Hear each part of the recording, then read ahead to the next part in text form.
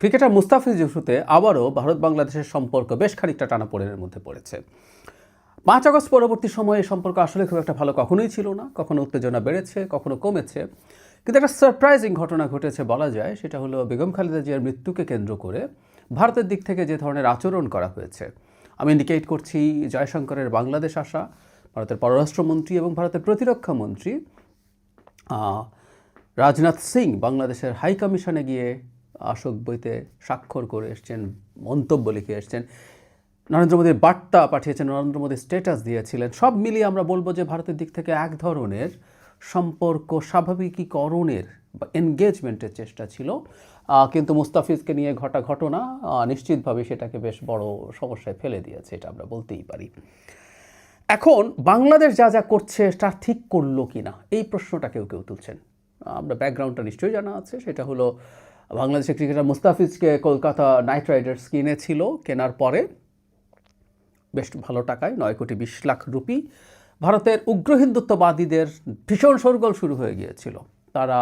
তাকে বাদ দিতে হবে, বাংলাদেশের প্লেয়ার কেনা যাবে না। এবং তারা যা করে এই সূত্রে তারা বাগে পেয়েছিল শাহরুখ খানকেও। কলকাতা নাইট রাইডার্সের মালিক একজন মুসলিম ভারতে এতটা প্রভাবশালী, এতটা জনপ্রিয়, এটা ভারতের হিন্দুত্ববাদীদের পছন্দ হওয়ার কোনো কারণ নেই। তাই আমরা দেখেছি এই তাদের এই সিনেমা ইন্ডাস্ট্রির এই 3 খানকে নিয়ে বহু সময় বহু ঝামেলা করার তারা চেষ্টা করেছেন। শাহরুখ খানের প্রতিও তারা তীব্র তাদের রাষ্ট্রদ্রোহিতা করেছেন, ক্যাম্পেইন করছে।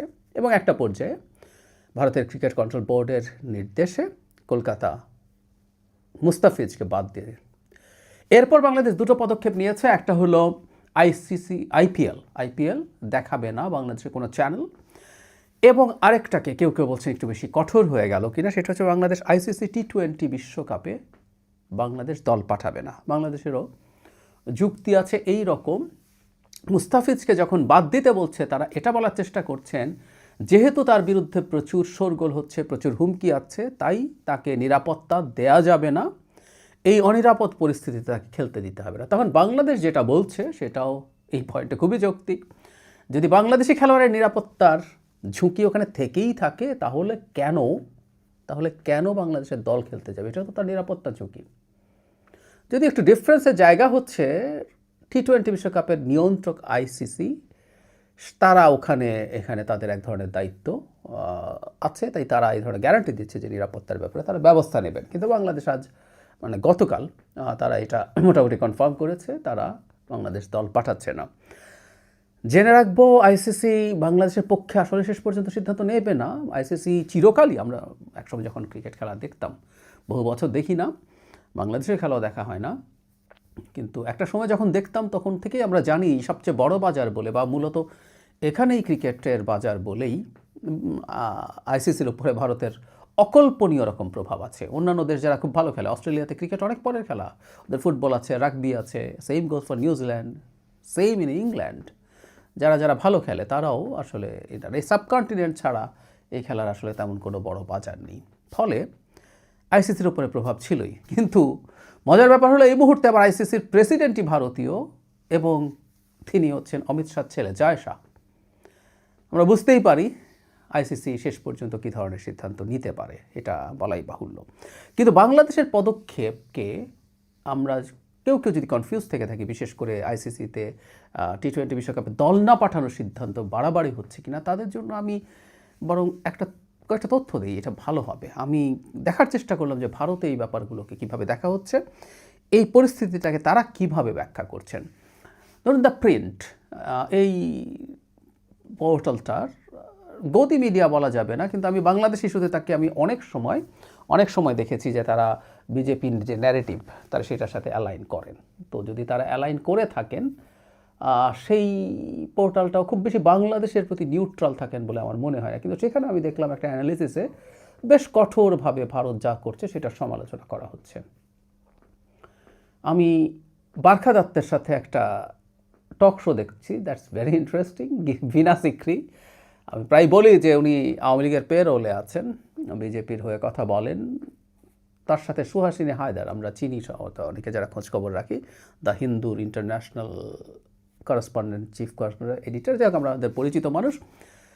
সুহাসিনী তীব্র আক্রমণ করেছেন ফিনা সিকরিকে এবং তিনি এই যে ভারতের পলিসি অত্যন্ত ক্ষতিকর হচ্ছে সেটা নিয়ে তিনি খুব স্পষ্টভাবে বলছেন এবং প্রচণ্ড কঠোরভাবে আক্রমণ করছেন ফিনা সিকরিকে। আমি দেখলাম ফিনা সিকরি পেরে উঠছেন না তার সাথে। তার চাইতে জরুরি কথা শশী থারুর, তার কথা বলেছিলাম, তিনি বাংলাদেশের ইস্যুটা নিয়ে একটা কলাম লিখেছেন এবং সেখানে খুব গুরুত্বপূর্ণ কিছু কথাবার্তা তিনি বলেছেন যে বাংলাদেশের সাথে এই ধরনের আচরণ করা একেবারেই অন্যায় হয়েছে। মানে পাকিস্তানের সাথে বাংলাদেশকে এক পাল্লায় মাপা ভীষণ রকম অন্যায়। কারণ উনার যুক্তি হচ্ছে পাকিস্তানের মতো বাংলাদেশ ভারতে কোনো সন্ত্রাসবাদী পাঠায় না।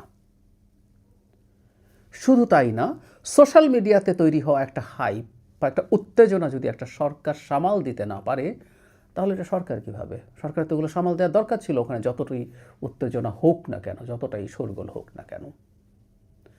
এবং এর আগে আমি আপনাদেরকে জানিয়েছি, তিনি প্রাথমিকভাবে একটা টুইট করে জানিয়েছিলেন যেটা যদি সৌম্য সরকার হতো তাহলে কি হতো। এখানে বাংলাদেশের আরেকজন হিন্দু প্লেয়ারের নাম তিনি লিখেছেন, আই ফরগট হিজ নেম, যাই হোক। তো এই দুজন যদি হতো তাহলে কি হতো, লিটন দাস, তাহলে কি হতো। খুব যথেষ্ট রকম প্রতিক্রিয়া ভারতের মধ্যে আমরা দেখতে পাচ্ছি। আমার কাছে এই কারণে মনে হয় বাংলাদেশ যে পদক্ষেপ নিয়েছে দ্যাটস নট রং, এক অর্থে সঠিক হয়েছে। বাংলাদেশের সাথে এনগেজমেন্টের ক্ষেত্রে ভারতের আসলে বাংলাদেশের এই সেন্সিটিভিটিগুলো বিবেচনায় নিতে হবে। যে কোনো বিবেচনায় ভারত অত্যন্ত বাজে সিদ্ধান্ত নিয়েছে। কারণ এটা তাদের মনে রাখতে হবে, তাদের বুঝতে হবে, তাদের সামনে যে অজুহাত তারা দেখানোর চেষ্টা করছেন যে এখানে একজন হিন্দু মানুষকে ধর্ম অবমাননার দায়ে পিটিয়ে মেরে ফেলা হয়েছে, এরপর পুড়িয়ে ফেলা হয়েছে, এত অসভ্য এবং বর্বর কাণ্ড, মানে নিন্দা জানানোর ভাষাও আমাদের নাই। That's true.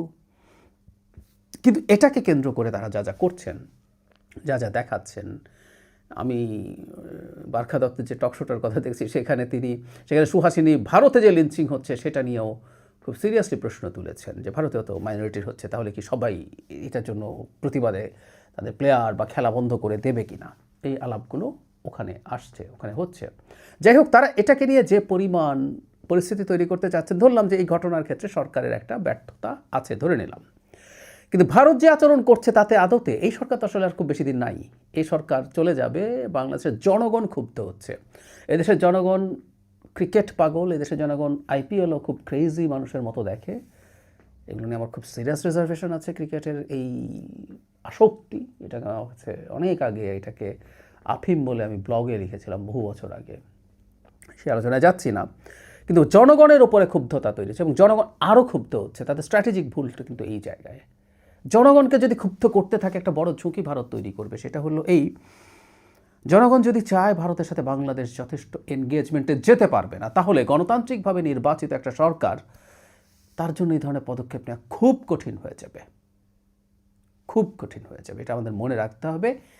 একই সাথে সেই সরকার যদি ভবিষ্যতে নির্বাচিত হতে চাইবে, সেই সরকারকেও জনগণের চাপেই আস্তে আস্তে ভারত বিরোধিতার ক্ষেত্রে কঠোর হয়ে পড়তে হবে।